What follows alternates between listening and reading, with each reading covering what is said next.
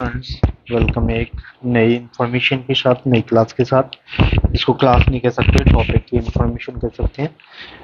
तो शुरू करते हैं। इसमें हम भारतीय जो इतिहास है, भारतीय इतिहास की बात करेंगे और भारतीय इतिहास में भी बात करेंगे आधुनिक भारत की। तो आधुनिक भारत में तो तब की बात करेंगे जब कांग्रेस की स्थापना नहीं हुई थी। कांग्रेस जो कांग्रेस की स्थापना नहीं हुई थी और उस स्थापना जो कांग्रेस की स्थापना नहीं हुई, उससे पहले भी कुछ राष्ट्रीय आंदोलन चल रहे थे। राष्ट्रीय आंदोलन नहीं, कुछ घटनाएं चल रही थी जो कह सकते हैं उसमें लोगों की भागीदारी थी। तो उस समय भी कुछ शिक्षित भारतीय थे, तो वो अंग्रेजों से या ब्रिटिश शासन से अपनी बात को कह रहे थे।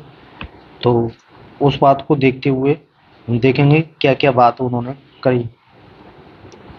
तो उन्होंने नागरिक स्वतंत्रता के लिए संघर्ष किया। नागरिक स्वतंत्रता के लिए संघर्ष किया।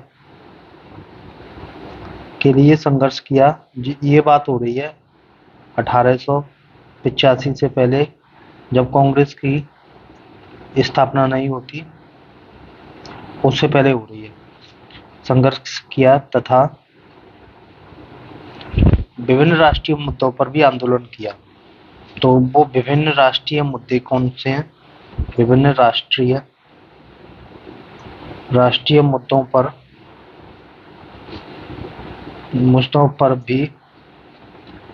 पर भी आंदोलन किया।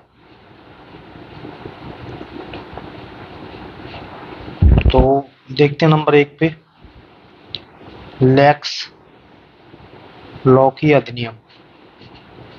लैक्स लॉ की अधिनियम जो था वो 1850 में आया। तो लैक्स लॉ की अधिनियम के बारे में देखते हैं। तो इसे क्या कर रहा था? धर्मांतरित किया गया। धर्मांतरित लोगों के जो लोग थे कि नागरिकों के अधिकारों की रक्षा के लिए पारित किया गया। अधिकारों की रक्षा के लिए पारित किया गया। पहली बात तो पारित किया गया। और इस अधिनियम में ये बात रही थी कि उत्तराधिकार की जो क्षति है, उत्तराधिकार की, इसे संपत्ति के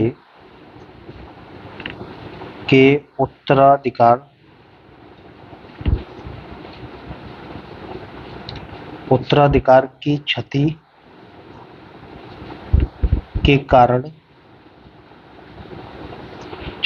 कारण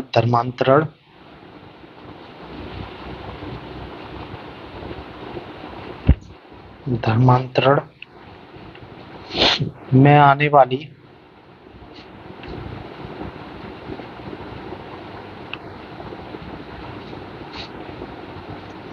बाधा के संघर्ष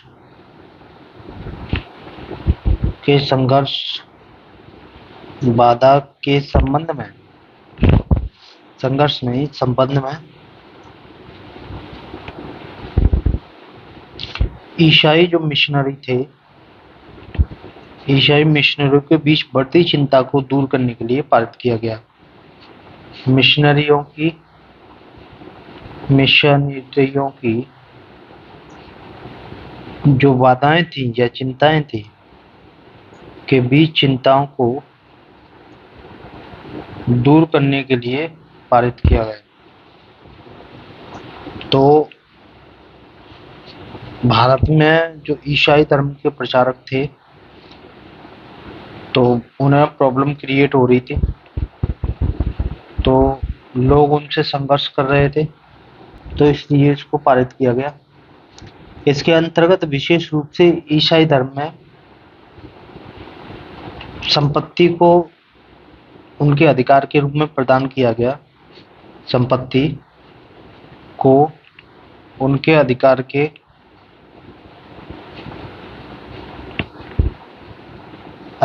रूप में पारित किया गया।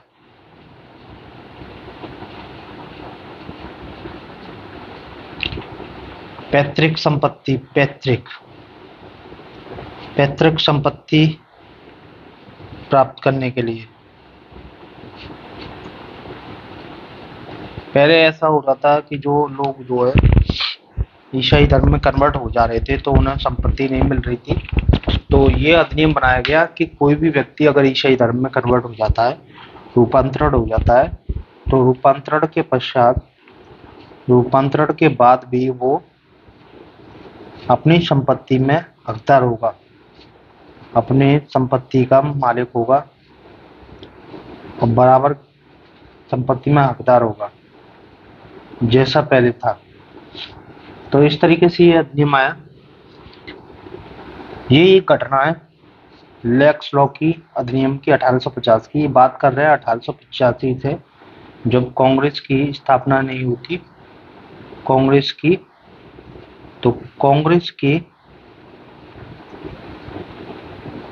कांग्रेस की स्थापना से पहले की बात कर रहे हैं, से पहले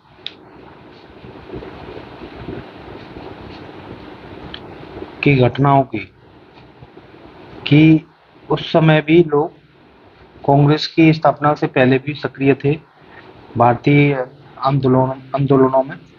तो पहले ये कंफर्मेशन होगी। तो दूसरी जो घटना होती है लॉर्ड लेटन की होती है, जो इसका कार्यकाल 1877 से 1880 था। लॉर्ड लेटन की बात कर रहे हैं। लॉर्ड लेटन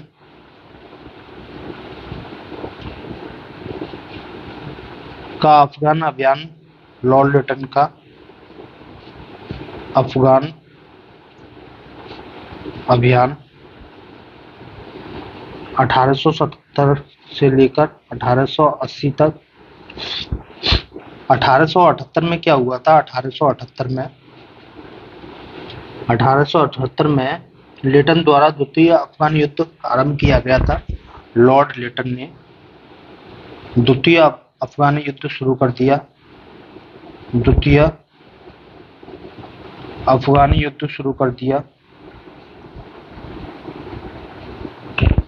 प्रारंभ कर दिया। और इस अभियान के लिए भारतीय राजस्व से पूरा पैसा वसूल किया था। और इस अभियान के लिए उन्होंने कहा क्या यूज किया, सारा पैसा, सारा खर्च भारतीय राजस्व से पूरा किया। भारतीय राजस्व से पूरा किया। क्यों नहीं करेंगे जब भारत में पूरी तरह से अब वो शासन कर रहे हैं। तो जब ये काम किया तो इसके विरोध में जो भारतीय शिक्षित लोग थे,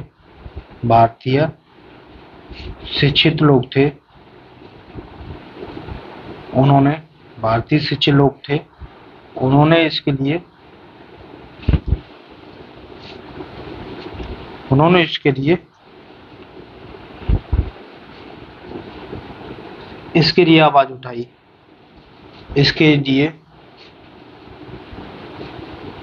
आवाज उठाई। या प्रतिक्रिया दी, या कह सकते हैं या प्रतिक्रिया दी, कह सकते हो प्रतिक्रिया दी। उन्होंने कहा कि ऐसा नहीं कर सकते। तो उन्होंने कहा ऐसे संसाधनों को दुरुपयोग नहीं कर सकते, संसाधनों का, ये गलत है। संसाधनों का दुरुपयोग किया जा रहा है।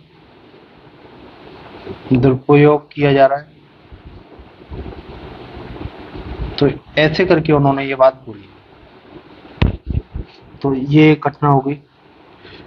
और भी लॉर्ड लेटन के कार्यकाल की अगर देखें, लॉर्ड लेटन ने और भी चीजें की थी।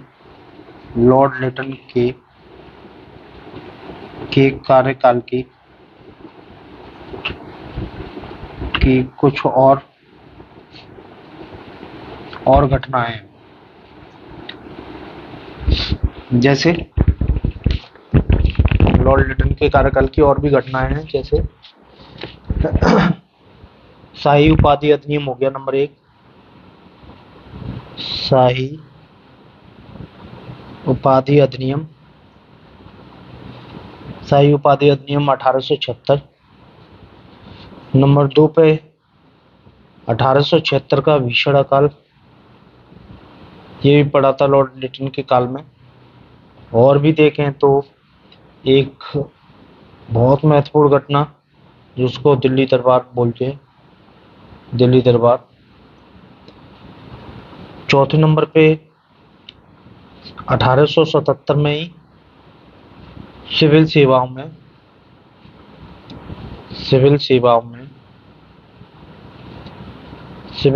में प्रवेश के लिए अधिकतम आयु जो थी, अधिकतम आयु 21 वर्ष से घटाकर 19 कर दी गई। एक और आया था वर्नाक्यूलर प्रेस एक्ट 1878। ये लॉर्ड लिटन के जीवन की घटना है, कार्यकाल की, भारत में। जब वो भारत में आए तो दिल्ली दरबार 1877 में लगा। तो अफगान अभियान किया था, उसमें पैसा सारा खर्च किया था भारतीय राजस्व से, तो भारतीय लोगों ने उस पर प्रतिक्रिया दी। इस तरीके से भी कुछ चीजें हुई थी। जैसे एक और आया था, कुछ भारतीय लोगों ने, शिक्षित लोगों ने और आंदोलन किया, जैसे कि इल्बर्ट बिल आया था। इल्बर्ट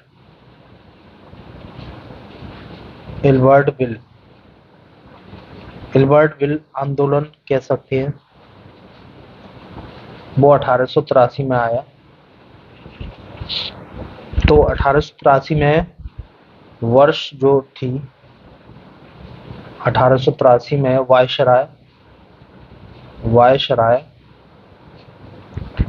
की परिषद जो थी, वायसराय की परिषद के विधि सदस्य थे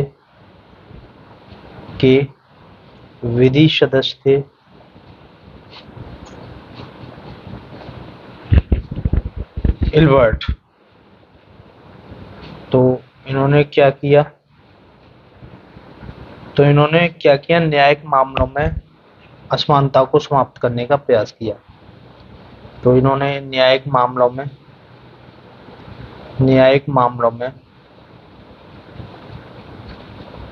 में असमानता को समाप्त करने का प्रयास किया,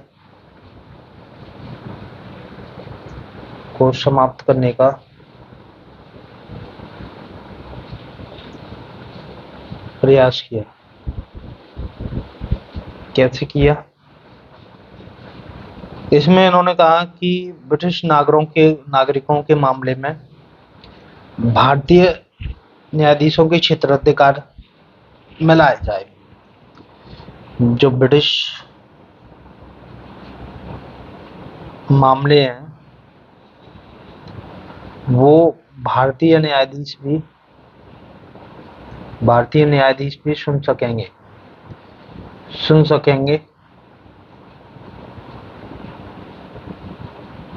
तो जब इन्होंने ये बात बोली कि भारत में जो मामले हैं ब्रिटिश लोगों के, पहले ये होता था ब्रिटिश लोगों के मामले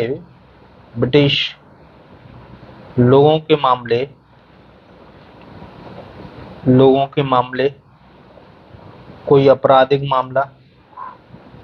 आपराधिक या दीवानी मामला, तो वो ब्रिटिश लोग ही सुनते थे। ब्रिटिश जज होते थे, ब्रिटिश न्यायाधीश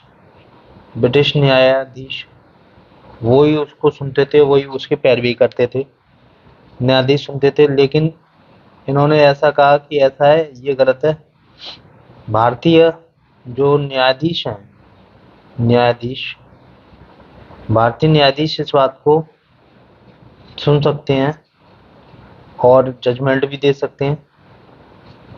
तो इन्हें इनकी बात को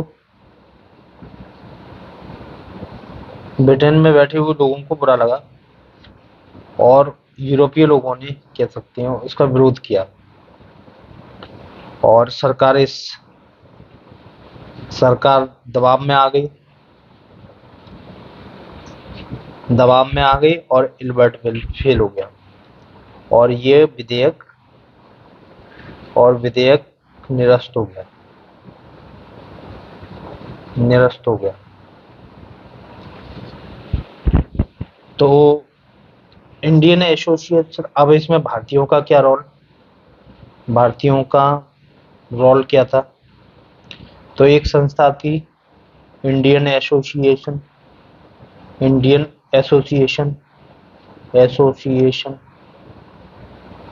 तो इंडियन एसोसिएशन ने इल्बर्ट बिल का समर्थन किया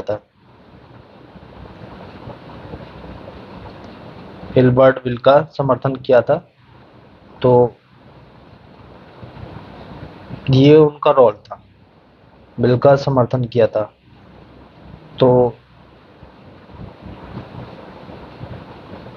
तो ये इसमें जो है इंडियन एसोसिएशन की भूमिका थी।